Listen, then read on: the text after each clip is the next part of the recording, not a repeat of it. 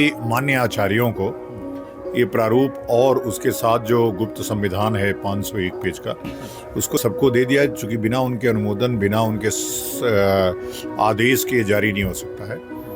अभी तो प्रारूप आया है, अब संविधान बसंत पंचमी को आ रहा है। बसंत पंचमी के बाद जब वो संविधान जारी होगा, उसके बाद सबके हस्ताक्षर से उसको माननीय देश के प्रधानमंत्री को दिया जाएगा।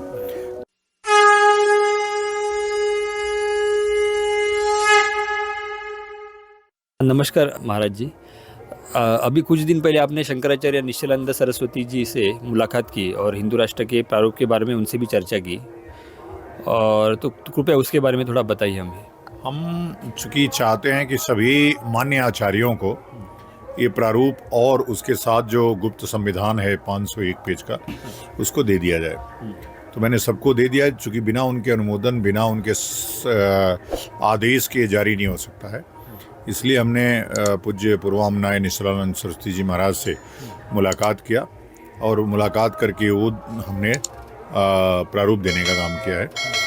उन्होंने अपनी सहमति व्यक्त की। कुछ चीज़ें उसमें उनको आपत्तिजनक है, जैसे कि जन्म आधारित जो वर्ण व्यवस्था है उसके वो पक्षधर हैं, लेकिन हम लोग चाहते हैं कि कुछ देश काल परिस्थितियों के हिसाब से कुछ परिवर्तन होना चाहिए। वो परिवर्तन हमने किया है। और उनके साथ साथ और यानी हमने सुना था कि बहुत से संतों ने सहमति जताई है कि हिंदू राष्ट्र के बारे में, और ये प्रारूप भी कई को अच्छा भी लगा है। तो उसके बारे में आपको अभी तक किन संतों का सपोर्ट मिला है या आपसे चर्चा हुई है ऐसा? देखिए, जितने हिंदू राष्ट्र के समर्थक हैं, राष्ट्र बनने के लिए कुछ तो आपके पास डायग्राम होना चाहिए ना। ये सबको पसंद आ रहा है, लग रहा है कि ये ज़रूर होना चाहिए, और हम लोग इसको करके दिखाएंगे। अभी तो प्रारूप आया है, अब संविधान बसंत पंचमी को आ रहा है।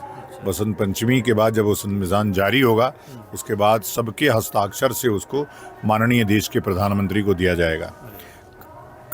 घबराहट तो शुरू हो गई है, पूरे जितने भी मेन स्ट्रीम चैनल हैं सबने इसको दिखाया है। जितने भी वामपंथी लोग हैं, आपने देखा अजीत अंजुम ने, पूरा जो बड़े मीडिया, अजीत अंजुम ने, रवीश कुमार ने, सबने इसको चलाया है। लेकिन सबने चलाया मतलब कि सबको पता हो रहा है कि कुछ हो रहा है, कुछ होने वाला है, देश हिंदू राष्ट्र होने वाला है। मैंने घोषणा किया है 2035, लेकिन मुझे लगता है कि 2030 तक ही भारत हिंदू राष्ट्र हो जाएगा। बहुत ही अच्छा। और उसमें क्या है कि जो एक प्रारूप ने आपको, जो कुछ दिन पहले आपने प्रेस कॉन्फ्रेंस ली थी, उसमें आपने एक संक्षिप्त में वो प्रारूप का सब पत्रकारों के सामने और जनमानस को दे दिए थे। और ये आप जो बोल रहे 500 पेजेस का, उसमें क्या क्या है, उसमें थोड़े तो हमको थोड़ा डिटेल बता सकते हैं? उसका ही समरी प्रारूप है। अच्छा। वो प्रारूप का जो वो है विस्तार है, वो पूरे संविधान में। अच्छा जी। उसमें कोई यानी एक समझो राज्य व्यवस्था के बारे में या कुछ सैन्य व्यवस्था, उसके बारे में आप बता सकते हैं क्या? हमने कहा था कि जो सैन्य व्यवस्था तो जैसे है वैसे ही रहेगी। जैसे हिंदू राष्ट्र में भी जो ये डेमोक्रेटिक सेटअप होगा, ऐसा नहीं कि ये जनता का ही जैसे गणराज्य हुआ करते थे वैसे ही गणराज्य रहेगा। बस संविधान बदल जाएगा, शासन व्यवस्था बदल जाएगी, और जो संविधान हमारा आयातित है वो संविधान हमारा देशी होगा, स्वदेशी होगा। भारत के जो हमारी राज्य व्यवस्था पहले से चलती आई है, जिन संविधानों के द्वारा चलती आई है, वही संविधान सब कंपाइल करके हमने एक किया है। अच्छा, यानी उसमें कैसा है कि अभी डेमोक्रेसी के 4 पिलर बोलते हैं कि पत्रकारिता एक है, न्यायिक व्यवस्था है, प्रशासन एक है। तो ऐसे जो है, तो उसमें कुछ हमने ऐसा बाइफर्केशन किया है क्या कि भाई ये इसके मूलभूत आधार ये रहेंगे, धर्म तो आधार ही रहेगा हिंदू राष्ट्र का? हमने आधार सिर्फ और सिर्फ धर्म को रखा है। धर्म शास्त्रों में जिस तरह की शासन व्यवस्था है, जिन जिन राज्यों में शासन व्यवस्था अच्छी थी, जिससे हम राम राज्य का कॉन्सेप्ट लोगों को दे सकें, ऐसी व्यवस्था बनाने की कोशिश की गई है।